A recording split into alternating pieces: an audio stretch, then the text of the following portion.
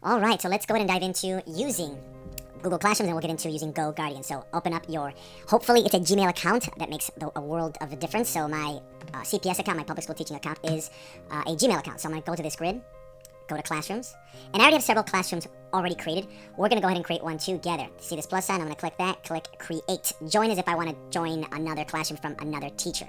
I don't want to do that. I want to create a classroom. So we're going to go ahead and call this Mistake Magic Math, because mistakes make our brain grow. Section I'm going to skip. I'm going to go to type in math, and you can click any of these that you wish. I'm going to click Math Leads because it sounds fun. Room 102, and then boom.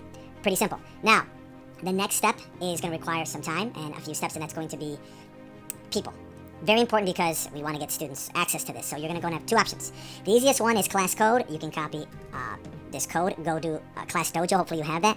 And then you can go ahead and go over here. I was already setting this up. And you can type in parents, use this code. And then you could Control V and Control Paste. Use this code to access a new Google Classroom.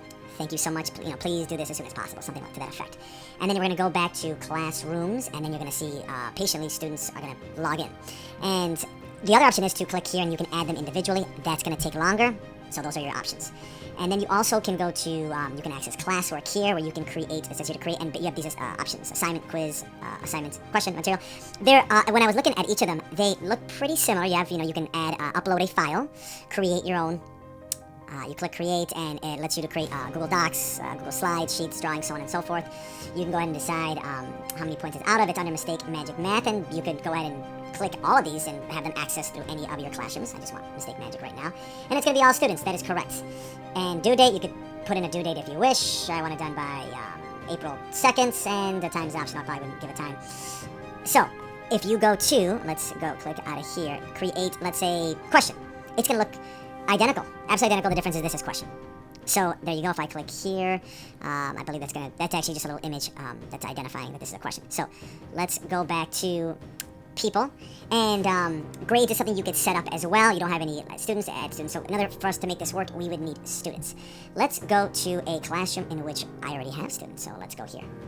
See what that looks like. So I go to grades, and now what I can do is now I actually have not been using this feature because I use our gradebook. However, that is an option for you. I do have an assignment here in the classwork. This is one assignment, and I go to I score her. What did they get out of this assignment? So Sarai, did she get out of 20? Because this is out of 20 points, as you can see here. And you just go ahead and you can type that in. She got 20 out of 20. She turned it in. Awesome.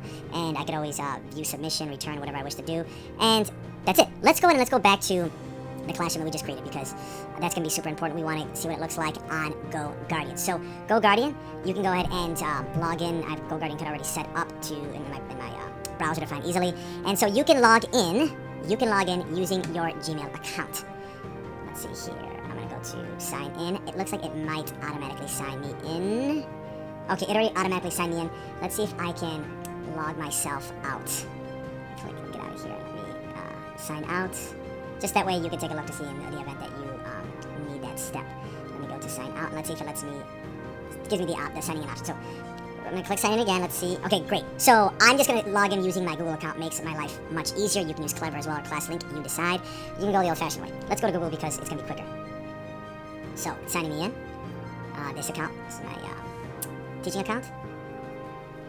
Okay, now I'm going to go ahead and navigate here, and I'd like to add that new classroom. So these are classrooms that already have been added here, okay? I'd like to add this new classroom, so we're going to go to, let's see, I have to move this cursor here.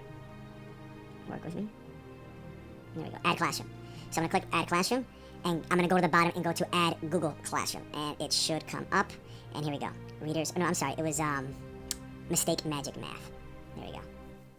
And voila. Now, you want to go ahead and sync students once you have them here logged in. Once you have your students logged in here, then you'll go here and click sync students from Google, and I'll let you know that you got it done. We're going to check out what this looks like in action. I don't have any students here, so I'm going to go to a classroom, which I do. And let's go to Epic 2019-2020. And there's a bunch of sessions already that I've had. Let's do one for 45 minutes. Let's see if it allows us to do a session, and it will. Great, and I say that allows us because it's a little bit later in the day.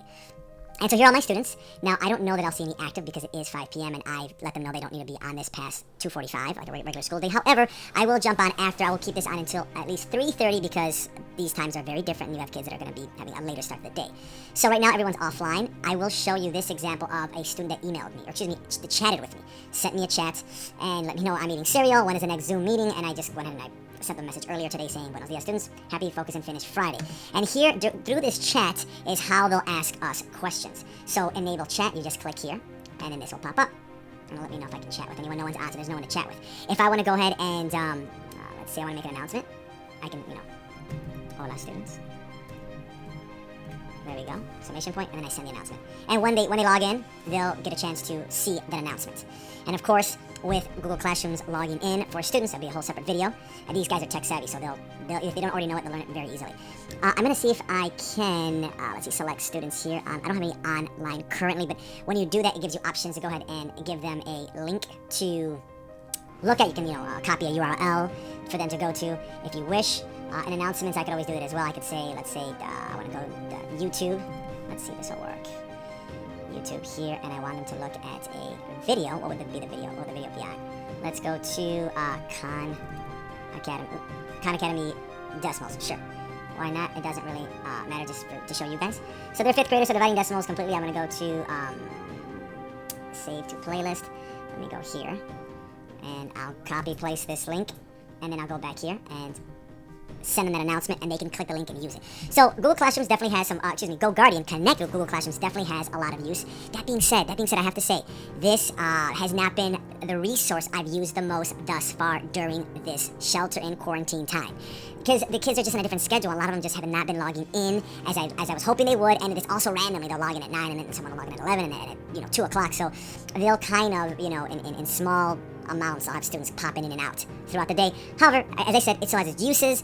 I can always check in with them, and again, have this as another option. The most valuable thing is probably going to be the chat, where they can ask me questions and I can answer them. Otherwise, I've been using, as I said earlier, Class Dojo. That's going to be, right now, one of the most useful ways to continue connecting consistently with students.